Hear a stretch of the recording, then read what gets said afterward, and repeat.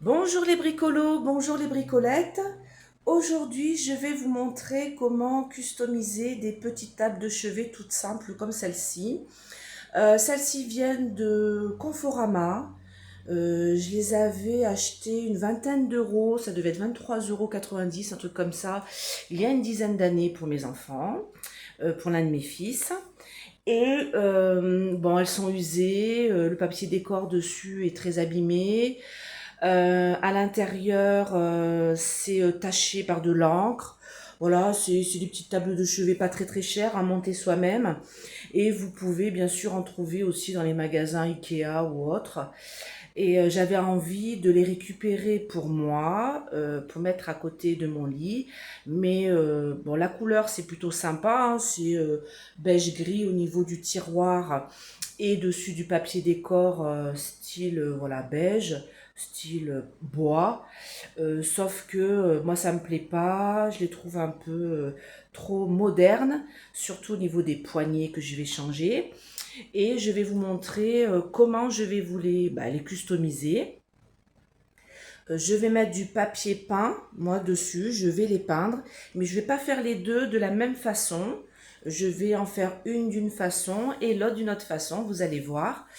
Et je vais vous montrer tout ça, comment il faut faire. C'est assez simple. Donc là, je les ai déjà nettoyées parce que ça faisait un petit bout de temps qu'elles traînaient dans le grenier. Donc très poussiéreuses. Donc je vous ai passé cette étape. Et là, je vais vous montrer comment les démonter au plus simple pour commencer à faire le customage. Voilà.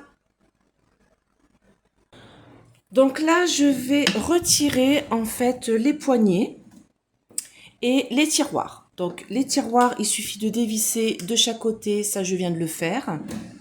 Voilà, vous tirez, vous avez le tiroir dans la main. Donc ça, je vais mettre pour l'instant de côté.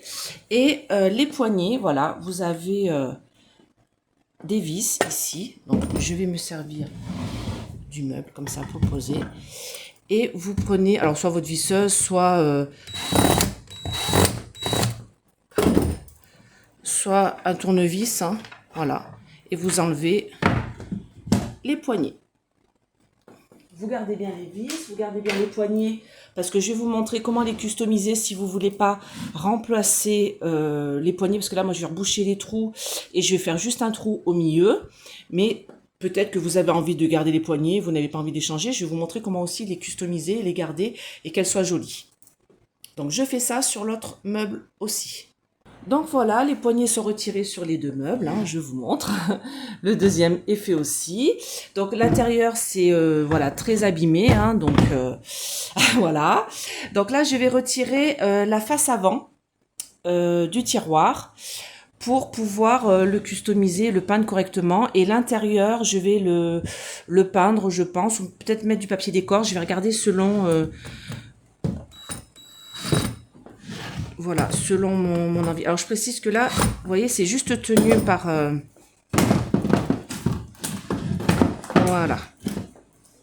La face avant est retirée. Comme ça, je vais pouvoir peindre, percer le trou au milieu. Voilà. Donc, je vais faire ça sur les deux. Et la plaque en dessous, je pense que je vais mettre du papier décor. Vous voyez, je l'ai retirée parce qu'elle est très, très abîmée. Et j'ai peur qu'en le peignant, comme là, ça fait une auréole, ça a bombé, parce que c'est pas du bois, hein, voilà. C'est du mélaminé. Donc, je vais pas le peindre. Je pense que je vais mettre du papier décor aussi à l'intérieur. L'autre est en meilleur état. Je vais peut-être peindre l'autre, on va voir, selon mon envie. Donc je vais retirer, pareil, la face avant sur le deuxième tiroir et je vais enlever la plaque de l'intérieur.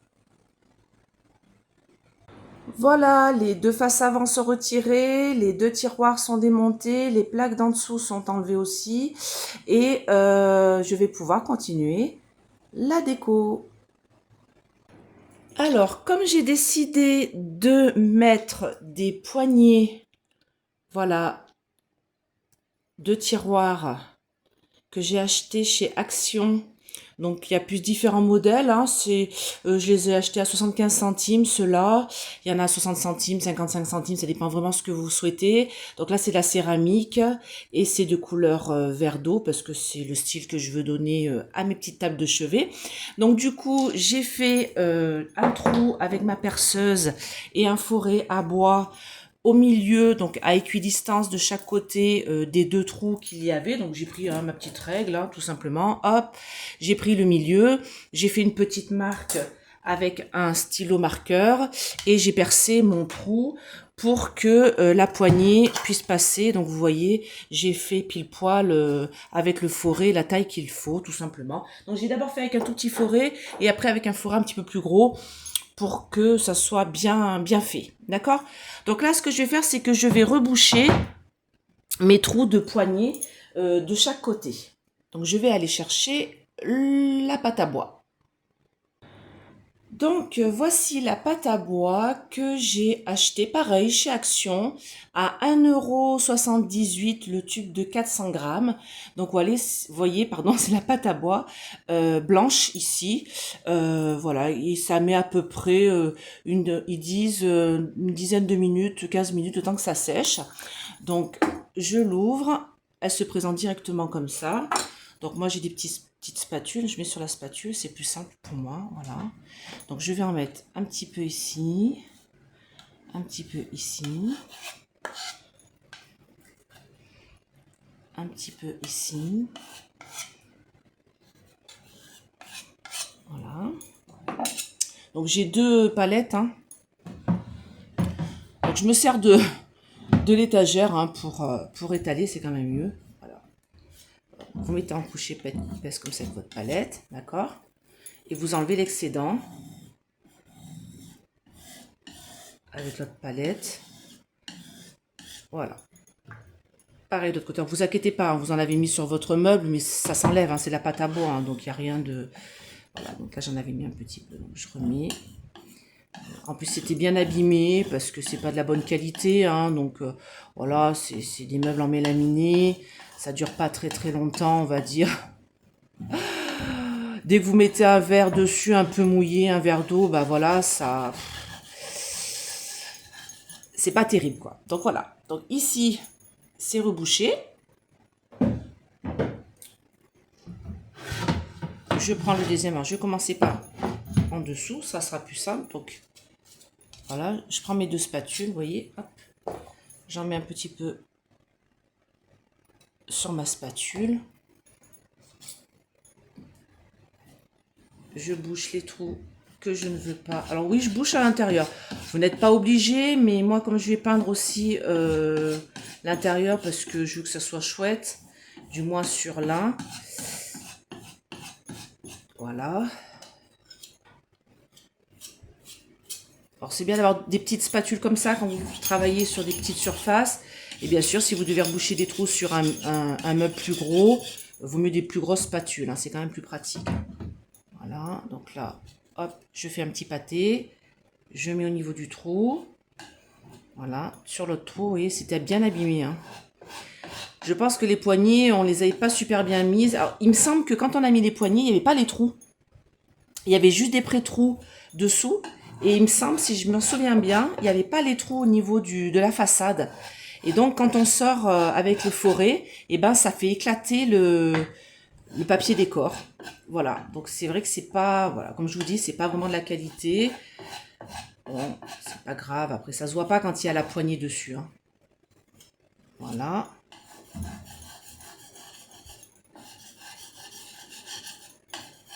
Et voilà, donc maintenant je vais aller nettoyer mes spatules, je vais aller nettoyer cette partie-là que j'ai mis sur le meuble quand même, parce que ça sèche et ça fait des croûtes, on va pas s'amuser à y penser. Donc voilà, pour avoir rebouché les trous, comme je veux mettre une poignée centrale. Donc arrivé à cette étape, maintenant je vais peindre les blocs.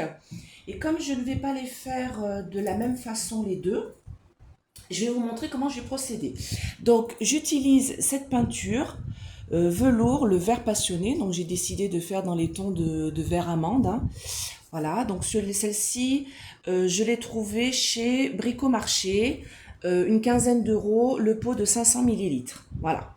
Donc, c'est pour faire les murs, les boiseries et les radiateurs. En fait, vous pouvez tout peindre avec, sauf vraiment les choses un peu trop... Et encore, il y a les radiateurs, donc on peut peindre même les choses métalliques. Donc, je vais peindre le haut de ce meuble-ci, les côtés, un des tiroirs et l'intérieur des tiroirs, celui qui est le moins abîmé. Parce que celui-ci, c'est juste une trace de peinture, il n'est pas abîmé du tout. Donc, je vais peindre l'intérieur. Voilà. Donc, vous mélangez votre petit pot de peinture avant de le verser. Hein. Bon, moi, je l'avais déjà fait avant. Vous prenez un petit tournevis et vous l'ouvrez comme ça, tout simplement. Voilà. Donc moi j'utilise des bacs comme ça et je rajoute un bac en plastique. Ça m'évite de tout nettoyer le bac qui est en dessous. Donc j'en mets un petit peu devant. Voilà. Et voilà. Et sur le pinceau. Donc je commence, comme je veux faire l'intérieur du meuble, je prends un pinceau, vous voyez, à rechampir, on appelle ça. C'est les pinceaux pour faire les angles en fait des meubles. Et je vais vous montrer parce que je vais commencer par l'intérieur du bloc. Donc, je regarde si vous voyez bien, non, c'est pas bon. Hop, hop. Voilà, donc là je vais faire les angles.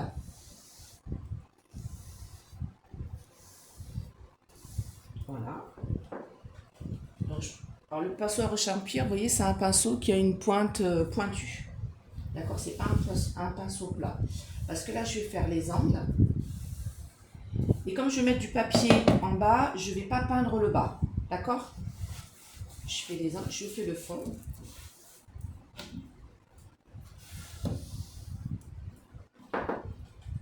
Voilà. Je fais les angles. Ça, parce que je vais poser du papier dans le fond. Donc, par contre, je ne peins pas l'extérieur. L'extérieur, pour moi, va rester bois. D'accord? Donc, soit vous mettez du scotch si vous ne voulez pas dépasser, soit vous faites attention en peignant, vous faites doucement. Hein. Voilà. Et je vais peindre donc les côtés par la suite avec mon rouleau. Je fais bien les angles comme ça. Voilà. Et après, je vais peindre les côtés avec mon rouleau. Donc, c'est une petite patte de lapin. Hein. Voilà, hein, c'est plus pratique. Donc, faites attention quand vous mettez votre patte de lapin, parce qu'il y a plusieurs modèles, que ça se décroche pas. Que quand vous l'enfoncez, ça force un petit peu pour, vous voyez, pouvoir peindre tranquillement.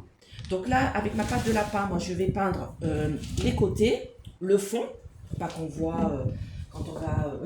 si on se baisse, on va dire faire ça proprement quand même, quoi. Donc, je fais rouler, vous voyez, vraiment si vous n'avez pas l'habitude de peindre, vous prenez un petit peu de peinture et vous déchargez le pinceau, le rouleau, pardon, la patte de lapin, on appelle ça une petite patte de lapin. Vous le déchargez bien comme ça, il ne faut pas que ça soit trop plein, ça ne sert à rien, d'accord? Et là, donc, je vais peindre. Ici, donc je regarde si vous voyez bien, voilà. Donc c'est sous le tiroir.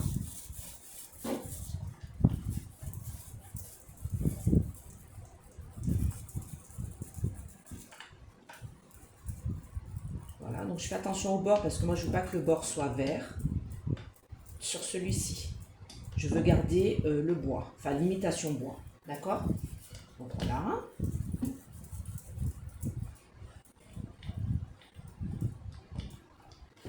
Avec mon pinceau à rechampir, je fais le fond que j'ai pas fait, l'arête du fond de mon bloc que j'ai pas fait.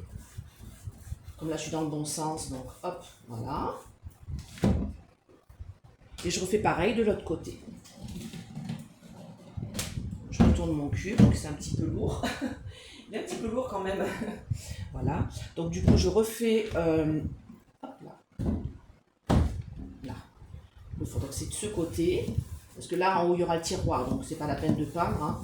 C'est pas la peine d'user de la peinture pour rien. Hein. D'accord? Je prends mon rouleau.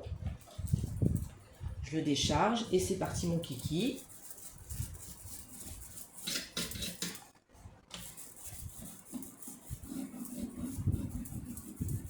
Bon, il y aura peut-être un petit peu de pâture sur le rouleau qui dépose un petit... Oui, des fois ça arrive, ça dépose un petit pâté de pâture. Bon, vous l'enlevez. Voilà. Donc, je fais attention au niveau du bord. Voilà. Et je vais attendre que ça sèche pour voir s'il y a besoin d'une deuxième couche ou non. D'accord? Ensuite, dessus. Donc je vais peindre dessus. Et ici, je n'ai pas envie de... Hop, j'ai déplacé un bout de peinture. Je n'ai pas envie de peindre les côtés. Les côtés, sur celui-ci, j'ai envie de les laisser bois aussi, parce qu'ils sont plutôt en bon état, les côtés. Donc, je vais prendre du scotch de masquage, et je vais mettre du scotch de chaque côté. Voilà, mon scotch de masquage est mis, hein, de part et d'autre, tout autour. Du coup, je reprends ma peinture avec ma pâte de lapin. Et là, ça va être très simple, hein, je vends. Donc là, il n'y a pas de veine du bois à suivre, vu que c'est du papier de masquage. Donc, j'ai pas besoin de... Vous savez, c'est du papier décor, voilà. Donc, je n'ai pas besoin de m'embêter à suivre les veines du bois. C'est vrai que si vous peignez une vraie table de chevet en bois, là, je vous conseille par contre d'utiliser, de suivre les veines du bois. C'est quand même plus joli, d'accord ? Surtout si vous voulez garder naturel dessus et que vous vernissez, c'est quand même bien de le faire correctement. Donc voilà. Bon, moi je suis ambidextre, hein, donc je peux faire des deux mains. Je change de main. Je suis ambidextre pour la peinture, pas pour écrire. Pour écrire, c'est pas très chouette. Hein. On nous habitue à écrire d'une main quand on est petit, et moi j'étais gauchère et on m'a forcé à écrire de la main droite. Merci l'école, je ne sais pas pourquoi, on va chercher à l'époque. C'était comme ça. Voilà. Donc, je repasse. Alors, j'aime bien faire comme quand on peint les murs, du coup, je croise. Hein. Je fais ma peinture, vous voyez, je croise, comme ça. Voilà.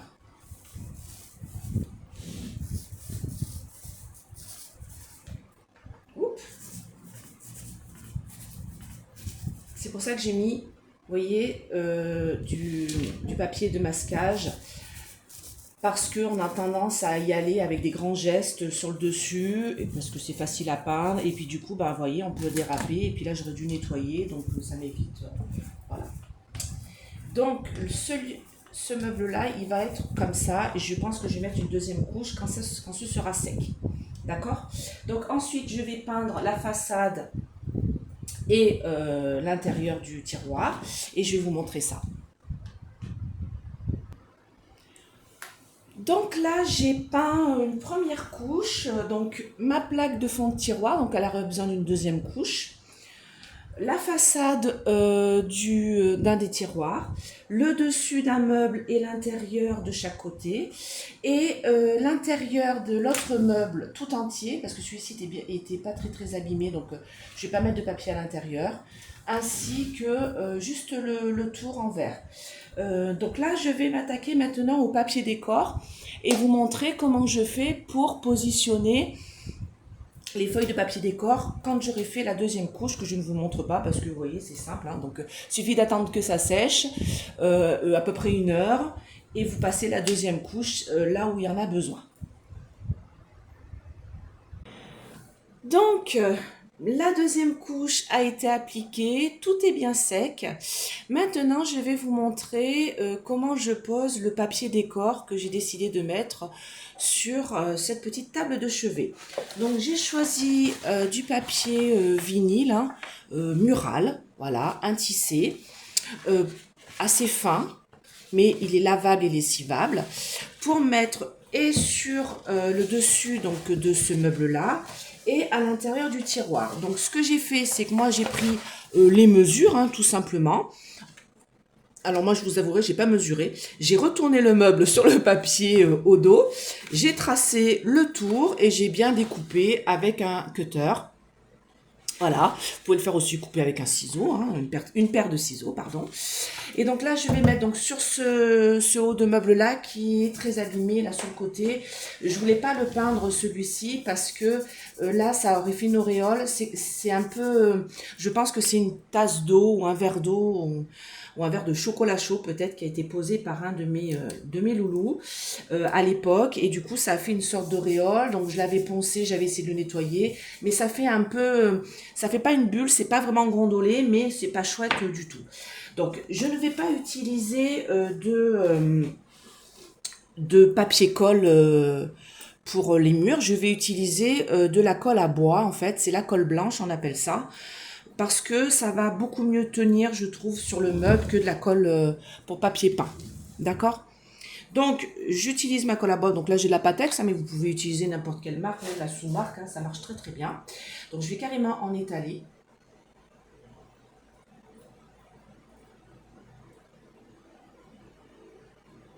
Une bonne partie. Voilà. Alors, j'en ai fait couler un petit peu sur... Alors, n'oubliez pas de bien refermer le bouchon à chaque fois, sinon ça sèche. Voilà, j'en avais fait tomber un petit peu sur le côté. Donc, j'ai laissé encore les scotch de masquage hein, autour, parce que je vais voir si je refais encore une autre couche. C'est en train de finir de sécher. Donc, après, moi, j'utilise un pinceau plat. Je vais venir étaler la colle, surtout dans les angles, parce que c'est les angles qui risquent de se décoller en premier. Voilà, comme ça.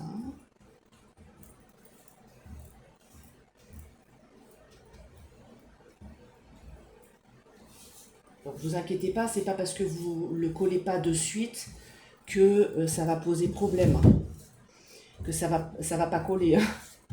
D'accord?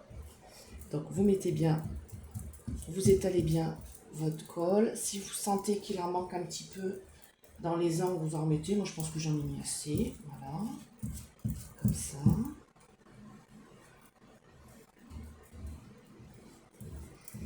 Alors même si ça déborde un peu, c'est la colle qui devient transparente en séchant. Donc, pas d'inquiétude. Voilà. Il faudra aller rincer le pinceau assez rapidement. Donc, normalement, c'est dans ce sens-là. Non, comme ça, j'avais mis. Il me semble que j'avais mis la feuille ouais, vers le haut. Donc, je prends le bord ici. Alors, je vous montre. Je recule un peu. Voilà. Donc, je mets le bord du papier ici. Et avec mes petits doigts, voilà, je mets bien bord à bord, ici. Et je regarde bien si, voilà, je le fais glisser. Hein, c'est des papiers, vous savez, pour les murs, c'est très solide, hein, donc vous pouvez le faire glisser doucement. Et moi, je prends ceci, voilà, c'est ce qui sert pour les ardoises, pour les enfants, vous savez, pour effacer les ardoises blanches. Voilà, donc j'aime bien parce que ça évite, parce que la carte de crédit ou la carte de fidélité des magasins, le problème c'est que ça risque de déchirer le papier ou de faire des traces. Je trouve ça trop dur. Là au moins il y a un petit bord en mousse. Voilà. Comme ça. Donc moi bien sûr j'ai utilisé ce papier parce que c'est le style que je veux donner dans ma chambre. Nature, dans les tons de naturel et de vert. Et d'ailleurs, je vous montrerai dans une prochaine vidéo un tuto pour faire une tête de lit à moindre coût. Parce que vous savez que les têtes de lit sont plutôt très chères. Hein, mon petit bout est tombé, c'est pas grave. Donc voilà, donc là je vois que ça a du mal à coller. Je vais bien appuyer dessus, voilà. Et après, vous pouvez prendre un pinceau pour, on dit, maroufler. Donc, j'avais pris mon pinceau à maroufler. Enfin, c'est pas le pinceau à maroufler, ça c'est le pinceau à encoller. Vous savez, encoller de papier. Mais bon, je pense que là, ça va aller. Voilà. Comme ça.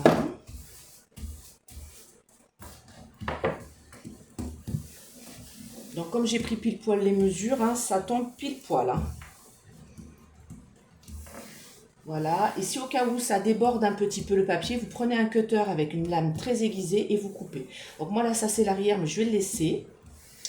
Et là, je vois qu'il y a un petit débord, un petit peu là, tout petit peu. Là, je vais attendre que ça soit bien sec. Et pareil, je passerai avec ma lame de cutter. Alors, je fais là bien, voilà. Et après, je vais retourner le meuble.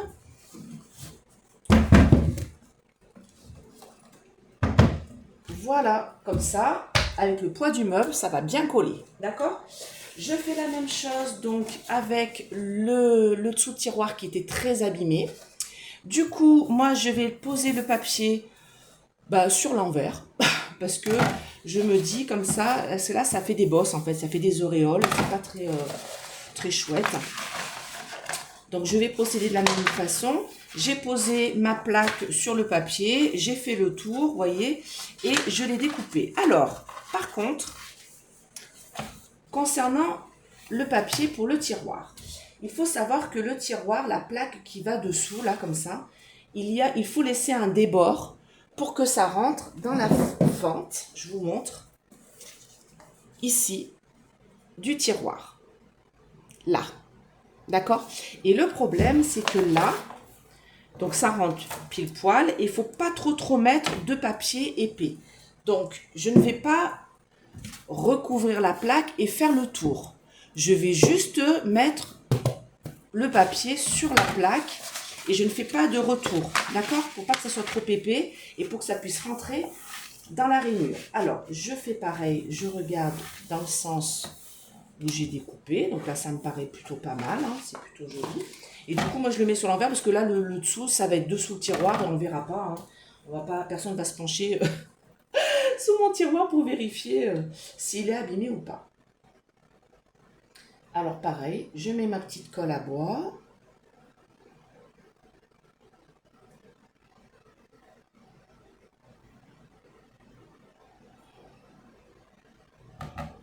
Mettez des petites pointes comme ça sur les bords.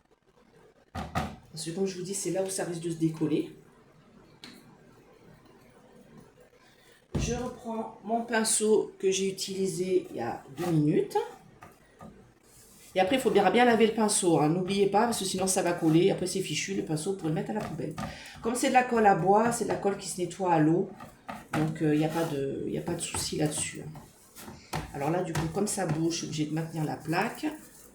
Donc, je vous montre. Voilà.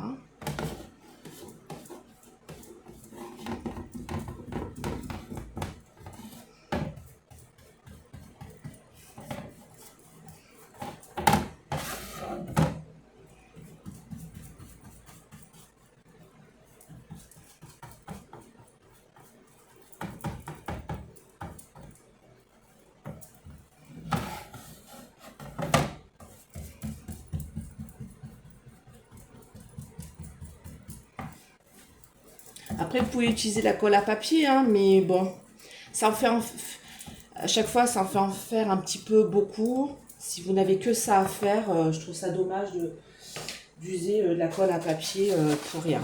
D'accord ? Donc, je le prends dans le bon sens. Voilà. Et je fais comme tout à l'heure. Donc ici, l'avantage, c'est que, vous voyez, j'ai un rebord au niveau du meuble. Donc, je vais le caler sur le rebord, là-bas, pour pouvoir le pousser, le coller correctement. Alors,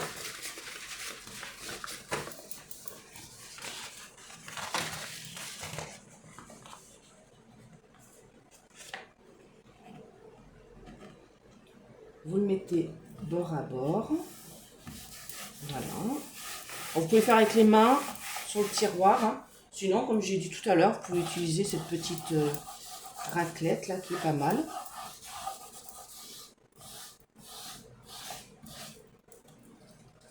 Et sinon, le pinceau. Voilà. Pour chasser les bulles. Bon, après, c'est des petits formats, donc vous pouvez pas faire trop de bulles. Hein. Donc voilà, c'est bien encollé. Nickel.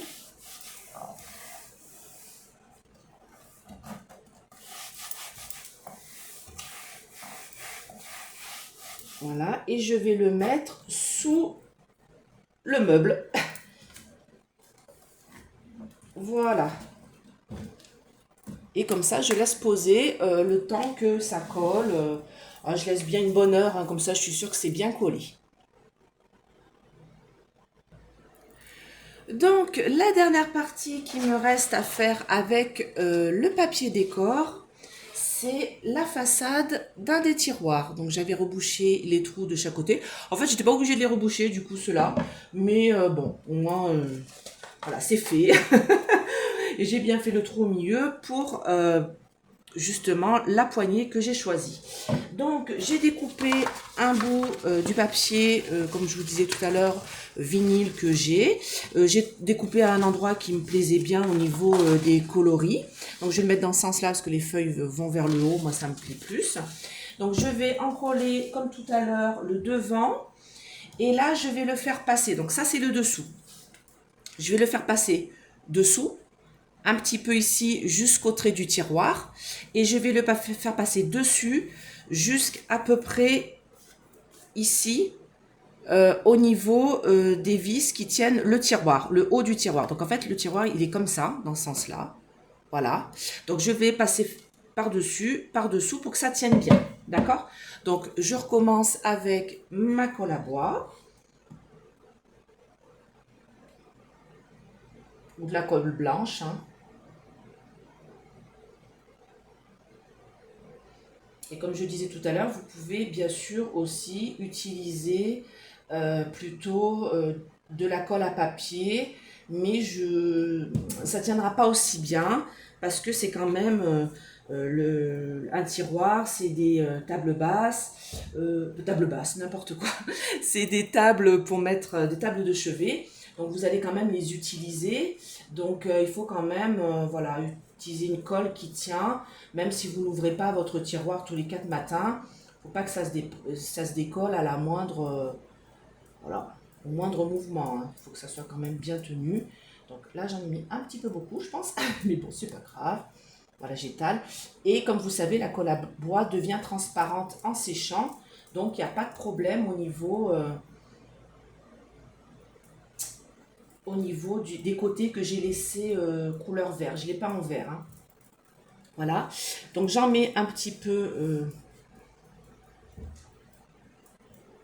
alors je le prends, voilà, j'étale, hop, je vais le soulever comme ça, j'en mets un petit peu en dessous, sur le rebord, et ça je vais le faire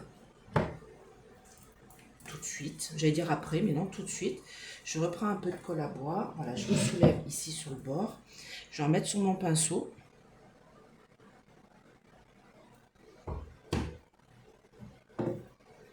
Voilà, et je vais l'étaler là, comme ça.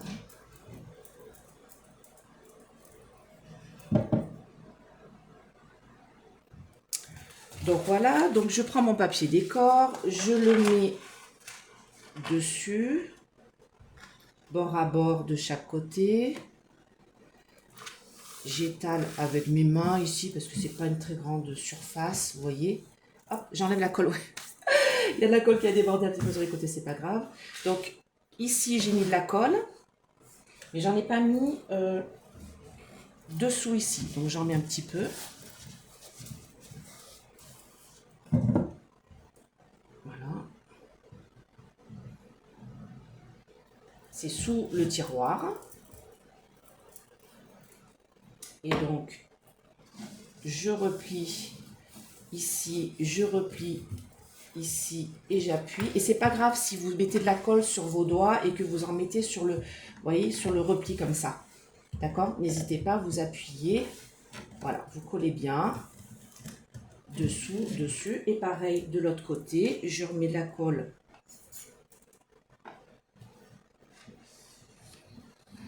ici. Et je mets de la colle ici. Je bouche le capuchon. J'étale un petit peu quand même. Vous auriez pu aussi en mettre sur le papier, hein, ici. Hein. Mais bon, sur le bois, c'est quand même mieux pour étaler. Voilà. Je remonte le dessous du papier et je le remonte ici. Voilà, je fais bien l'angle, voilà, avec ma main. Je le fais avec ma main, là, ça appuie mieux qu'avec le pinceau, vous voyez? J'appuie bien. Regardez comme c'est joli. Voilà. Donc, il faut bien, voilà, vous appuyez et vous allez le caler sous un meuble. Donc, moi, j'ai mes petites tables basses, donc je vais y caler dessous et je vais laisser sécher. Et je vous montrerai, quand j'aurai tout remonté, ce que ça donne au final. Voilà, je vais vous montrer comment je mets les poignées, bien sûr. Et je vais vous montrer le résultat final. Alors, voici ce que ça donne en situation. Donc, les deux tablettes de chaque côté. Donc, la première, je vous montre. Donc, j'ai mis le papier décor sur le tiroir de devant avec, bien sûr, j'ai changé les poignées. J'ai mis du papier décor dessous et j'ai peint les côtés. Voilà. Et donc, dessus, c'est celui que j'ai peint. Et sur le côté, j'ai laissé naturel. À l'intérieur du tiroir, sur celui-ci, j'avais pas en vert parce que celui-ci n'était pas abîmé. Attendez, je refais la pointe. Voilà. Donc, voici ce que ça donne pour cette table basse-là. Alors, je précise que c'est les tables basses qui ne vont pas rester dans cette chambre-là. Là, c'est juste pour vous montrer. Parce qu'elles vont aller dans une chambre où il n'y a pas de papier derrière, où c'est peint en beige. Donc, ce sera plus joli parce que vous voyez, c'est pas le même papier, donc ça fait pas chouette. Mais c'est une chambre qui est en travaux, donc voilà. Donc, voici la deuxième table de chevet, donc que j'ai fait totalement différemment. Donc, celle-ci, j'ai mis du papier décor dessus. J'ai peint le tiroir sur lequel j'ai mis la petite poignée de porte. Par contre, c'est celui où j'avais mis du papier décor à l'intérieur parce qu'il était abîmé, vous vous souvenez, du coup je l'avais retourné. Et dessous, donc là, j'ai peint. Voilà, donc je ne me suis pas embêtée. Donc je remarque pendant que je fais la vidéo que sur les coins ici, il faudra que je fasse un petit coup de peinture, vous voyez. Je pensais que le tiroir, bon après le tiroir, voilà. Normalement il se met comme ça. Mais c'est vrai que si on a tendance à l'enfoncer, du coup, on voit ici la démarcation. Donc ça, pas de souci, je vais le refaire par la suite. Donc c'était juste pour vous montrer, après avoir remonté chacune des parties, ce que ça donne. Donc les deux tablettes sont totalement différentes, mais elles se ressemblent. Je ne voulais pas faire exactement pareil. Et je précise que le côté, voilà, j'ai laissé style bois, parce que la chambre où les tablettes vont aller, les petites tables de chevet vont aller, le mur est beige, comme le bois de chaque côté. Voilà. Et maintenant, je vais vous montrer comment faire si vous ne voulez pas changer les poignées. Si vous voulez garder les deux poignées, donc je vais vous montrer ça de suite. Donc voici la dernière ligne droite. Je vais vous montrer comment customiser vos poignées si vous ne vouliez pas les changer. Évitez de faire des trous sur le meuble si vous n'avez pas de perceuse ou autre. Et si vous voulez les changer, bon après elles étaient quand même plutôt jolies, ça faisait un peu moderne, c'est tout. Mais je vais vous montrer comment faire pour les customiser avec un peu de raffia. Donc j'ai deux raffias différents. J'ai celui-ci que j'ai acheté à Action, donc 100% naturel celui-ci. Donc moi j'ai utilisé celui-ci pour vous montrer.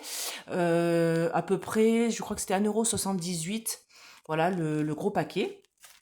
Et sinon, vous avez pareil, j'avais pris ça à Action il y a un petit bout de temps. C'est du macramé rope. Donc là, il y a 37 mètres. Et pareil, c'est l'ordre de 1 € et quelques. Donc soit vous voulez un peu le style cotonneux du macramé, soit vous faites avec voilà du raffia tout simplement. Donc moi je vais utiliser, donc c'est la ficelle en toile de jute comme on dit, hein. Je vais utiliser celle-ci. Donc j'ai quelque chose à vous dire aussi qui est très important quand vous utilisez ce genre de bobine. Surtout, vous ne retirez pas tout le plastique et vous n'enlevez pas la ficelle sur le côté. C'est comme les pelotes de laine en fait. Vous ouvrez du côté où vous voyez qu'il y a le raffia, là, à l'intérieur, vous allez voir, ça fait une petite boucle, comme ça. D'accord? Donc, vous ouvrez juste le haut avec une paire de ciseaux et vous tirez le raffia au niveau du centre de la pelote, ce qui fait que ça ne s'en mêlera jamais, d'accord? Et vous allez toujours tenir votre pelote bien dans le plastique, d'accord? Donc ici, vous voyez, moi, j'ai pas de bout de ficelle, donc je l'ai pas ouvert de ce côté. J'ai bien ouvert du côté où il y avait la bobine, l'intérieur de la ficelle. Comme ça, je le tire, vous voyez, au niveau du centre, comme ça. Et comme ça s'en mêle jamais, vous vous retrouvez jamais avec un bout voilà, qui est embêtant. Donc là, j'ai un pistolet à colle chaude que j'avais pris il y a un petit bout de temps maintenant à la Farfouille, celui-ci, mais je l'aime pas du tout en fait parce que vous voyez, il coule. Il coule même quand on l'utilise pas. Et il y a le truc là pour le tenir. Non, c'est pas terrible. Donc je l'avais pas payé bien cher. Mais je préfère celui d'Action. Mais là, je le retrouve plus. Je suis en plein déménagement et en plein travaux. Donc je n'ai pas encore vidé tous mes cartons. Donc du coup, je ne sais pas où est-ce qu'il est. Il est un peu plus vieux, mais il coule pas comme ça. Vous voyez, là, il coule alors que j'appuie même pas sur le pistolet. Mais bon, c'est pas grave, je vais quand même vous montrer comment faire. Donc là, vous allez faire un point de colle chaude sur un des côtés. Alors moi, je fais tout le tour hein, de la poignée. Voilà, donc vous allez poser votre pistolet à colle qui va continuer à couler, mais bon, c'est pas grave. C'est que le mien n'est pas de très bonne qualité, c'est pas grave. Vous allez prendre votre bout de raffia et vous allez le coller dès le début. Ah bah tiens, j'ai une petite mouche qui est venue dans la bataille. Voilà. Voilà, vous le collez là. Voilà, vous faites un tour comme ça. Donc, la colle chaude, l'avantage, c'est que ça ne brûle pas. Hein. D'accord? Et ça colle immédiatement. C'est pas comme la glu où vous risquez de vous coller les doigts. D'accord? Donc là, je vais partir du bout comme ça. Et je vais venir faire le tour tout simplement en serrant bien ici. Voilà. Comme ça. En serrant bien.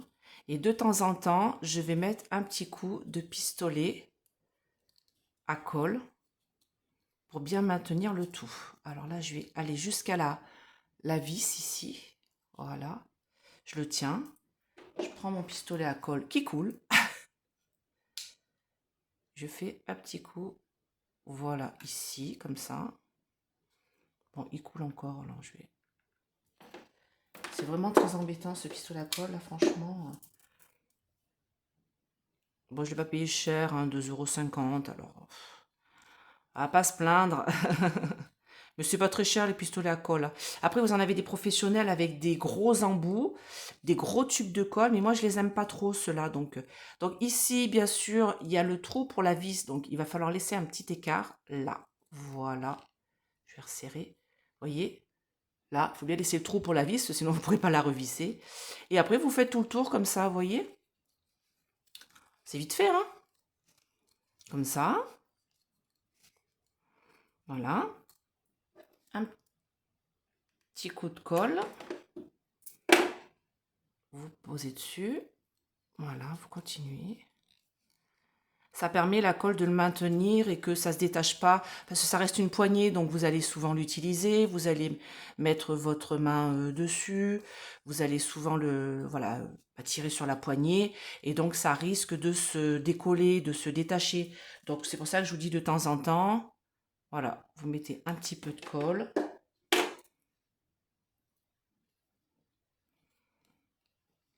Bon là ça a coulé sur mon parquet, mais bon c'est pas grave, je vais l'enlever. L'avantage de la colle chaude, c'est que ça s'enlève bien. D'accord? Donc je vais terminer et je vais vous montrer tout ça. Donc voilà, je suis au bout de ma poignée. Je remets un petit point de colle. Alors il faut pousser avec l'autre tube. Hein. Voilà, au bout pour bien que ça se maintienne. Donc j'en mets un petit peu beaucoup quand même. Voilà. Alors il y a eu un flash, je ne sais pas pourquoi, avec mon écran.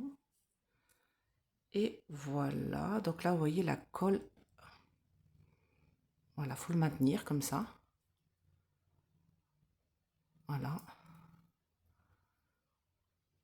Et après, vous pouvez finir l'embout, comme ça, avec la colle chaude, en mettant un peu de colle un peu partout. Hein. Voilà, vous enlevez la colle sur vos doigts. Vous coupez, dessous si possible. Voilà, j'appuie avec la colle, vous voyez, ça fait des petits pâtés de colle, mais ça vous l'enlevez. Hein. Voilà, ça s'enlève très bien avec le pistolet à colle chaude. Voilà, vous remettez bien l'embout. Et voilà.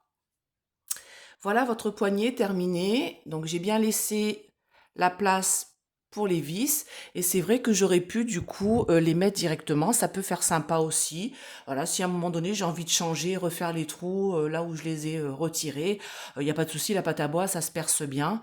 Donc, si j'ai envie de remettre, voilà. Et ici, bien sûr, vous remettez, parce que ici, je l'ai fait, mais vous allez mettre un petit bout de raffia. Hein. Vous allez couper comme ça. Je vous montre un petit bout. Voilà, et vous mettez de la colle chaude pour terminer ici, là, comme ça. D'accord? Voilà, et vous collez comme ça, avec votre bout de raffia au bout, ou un petit bout de dentelle, si vous avez aussi de la dentelle, voilà, pour faire joli, hein, parce que là, ça fait pas beau, vous voyez. Donc voilà, et bien écoutez, j'espère que cette customisation de petite table basse vous a plu, et je vous dis à bientôt. Bye bye!